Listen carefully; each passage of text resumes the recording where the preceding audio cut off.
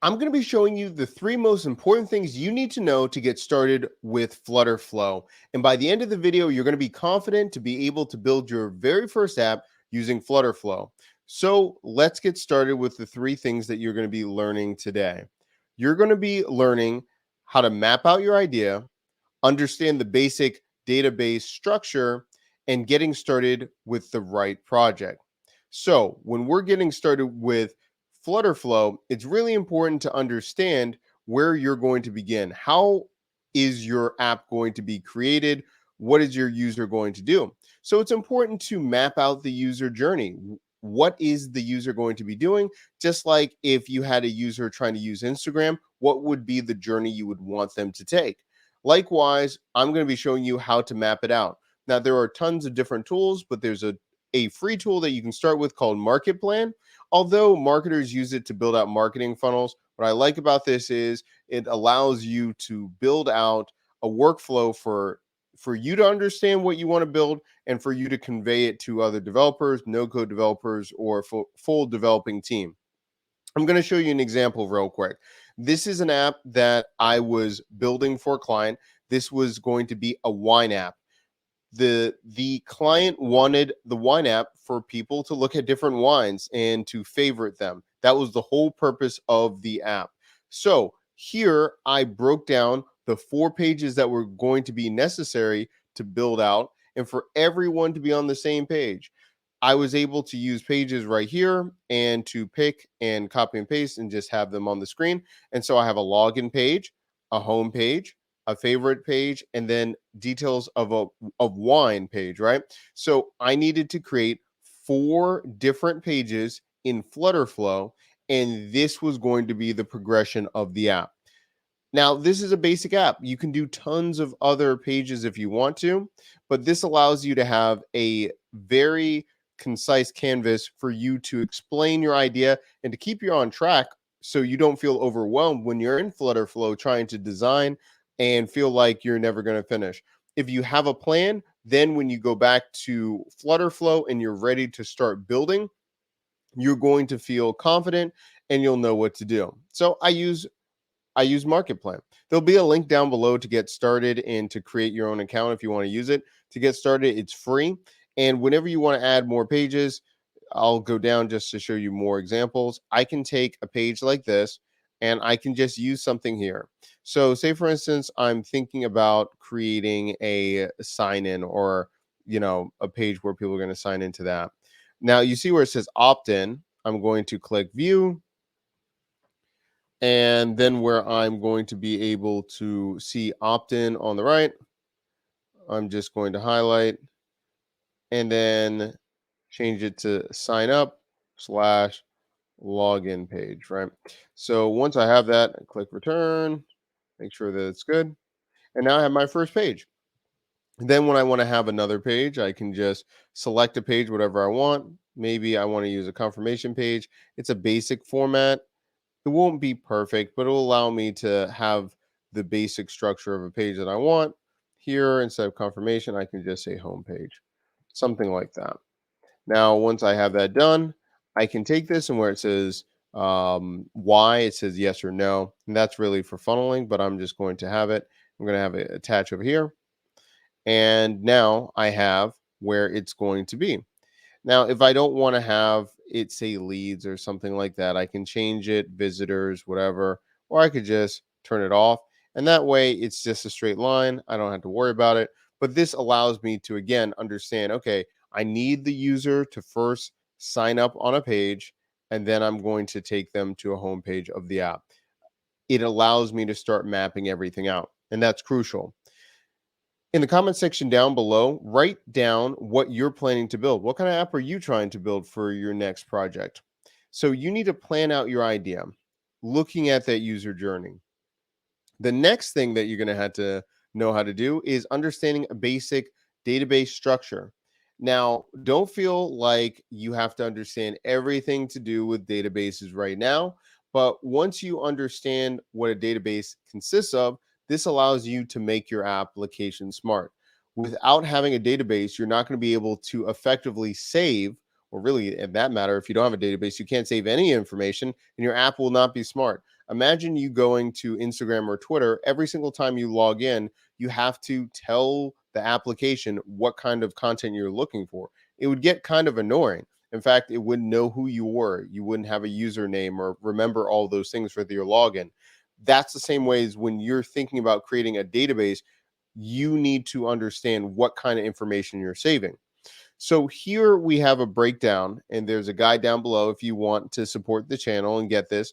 But also, too, this allows you to think about if you have used a spreadsheet like Google Sheets or Excel, it allows you to start thinking about how FlutterFlow saves information called a collection, but really it's a really big spreadsheet. Think of it as a spreadsheet first. So this is broken down for you to understand what a collection is, but just like a spreadsheet, understanding what you need to do. So the tab or the sheet that you were going to have, that would be a collection. And then when you're thinking about the columns and then the rows, it allows you to think more about the database. Again, if you want to know more, let me know in the comment section down below. And if you want more resources, we have this in the guide. But the bottom line is it's allowing you to think about structuring your data like a spreadsheet and saving the data in the individual cells. So if you're looking at a spreadsheet, it allows you to think about a database. For example, the rows across would be, say, for instance, an example of one person. So if you're thinking about a user, the collection would be users. The horizontal or the rows would be different information about one person, right? So it might be a person's name, and then it might be where they're from, and then their age. So the rows across will be all be one person, and the column will describe the person. The column, like column A, could be the name, column B will be location, column C will be age. So once you understand that, that allows you to have more information, um, a structure how you can save your information with creating collections. And again, if you want more information, we have our guide that supports the channel or all the free resources that they have with FlutterFlow University and the FlutterFlow documentation, which we'll touch upon in a few moments. This is the most I would say this is the part that gets the most people tripped up when they start going to FlutterFlow, especially if you've used Glide or AppSheet or Softr before. Creating your database is the hardest part when people go to FlutterFlow. And so just understanding the database and setting it up, that's why we have a whole complete beginner guide, how you can do that so you can feel confident. But once you get this down, you'll be fine. And remember, you have tons of examples that will allow you to get started with this. And there's tons of videos that we provide on this channel and other great channels that really allow you to have. But I would say more often than not, most people get so overwhelmed with this part of databases, they'll just go back and use another platform. So that's why it's really important. You've got this. It's just like using a spreadsheet. And if you want more in-depth videos or resources, let me know in the comment section down below. The next part is getting started with the right project. Now, that might seem very easy, but tons of people will say in the comments, I want to create a dating app, a ride sharing app, a TikTok app, all of these different things. But if you've never used FlutterFlow or built an app, those are really advanced projects and it might be overwhelming to you. So what I would do is write down why you want to create the app. Do you already have customers? Have you validated this with money? If you haven't, go get more validation before you begin. But after that, if you're wanting to do this for your own portfolio or you have validation now you want to begin, you can break it up by either using a template or smaller projects so you can be more well equipped so you can be successful with FlutterFlow. Now, if you want more information and if you say like, hey, doc, this is really great, but I need help, where can I get more help and ask questions from you? Well, that's why we have Doc's Help Desk. There's going to be, this allows you to ask questions every single week. I put out private videos to our community just from questions from you. You can sign up for $5 a month or $25 a year. It's Doc's help desk. You can ask me business questions, how you build your first app, how you launch your first app, all of those different things. There's going to be a link down below, or you can ask me more questions in the comment section as well. The other thing is, say for instance, you're like, well, I just want someone to build it for me. That's why we have Docs connection as well. So that way you can let us know your budget, and then we let you know who are great people that we have worked with in the past that might be a good fit for you. And if you want to know how to actually do that and get and find the right kind of developer, let me know. We might do a video in the future. Okay, so let's go into finding the right project for you. There's two different ways. The first one, like I mentioned, is actually going into FlutterFlow and finding a project in the marketplace. So, say for instance, you want to have a very specific app. There's not a problem with you actually going into the marketplace. Once you create a free account, you can click marketplace, which is in beta right now, and you can start looking at different applications that are similar to what you're looking for right now for your business.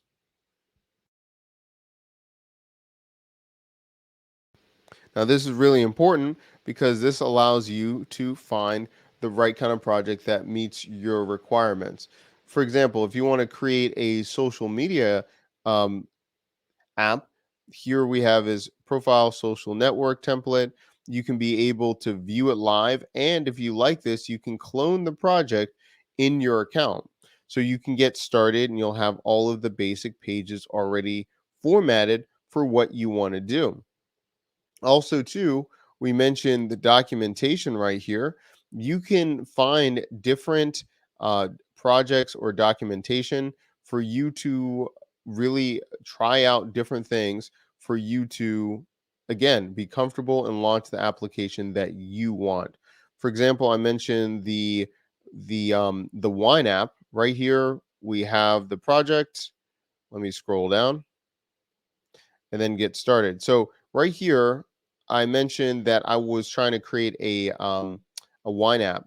Well, I just needed to have something with a home page, a detail page, and be able to favorite it. So right here, I found a popular cat names application that I could be building.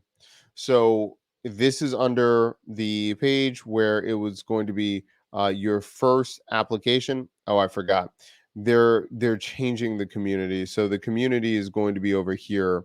So you're going to be able to find it in the new FlutterFlow community. I forgot.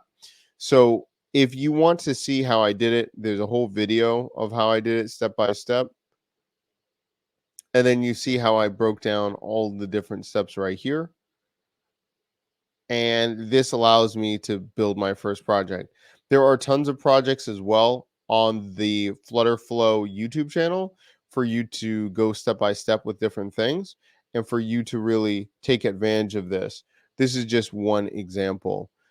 So again, finding the right project for you is crucial, or deciding, hey, I know the idea. I want to get connected with someone for me to build. In order to do that, remember, you're going to have to know or describe to someone in detail what kind of application you want. Time and time again, we have people that might have a great idea, but they haven't articulated it, they haven't been able to describe it. And then when they go to hire someone, there's frustrations on both ends. Perhaps there's something that you missed or haven't explained to the developer, or the developer, on the other hand, might feel like they know everything that you want, and then they might miss details that are crucial for you. So being able to have a better communication by wireframing or building out the workflow of your application will allow you to be more on the same page with your developer or even yourself when you're building your application. And this will help you be successful as you build your first FlutterFlow application. In the comment section down below, let me know what you're building. What questions do you have? And if you like these kind of videos, make sure you let me know in the comment section down below.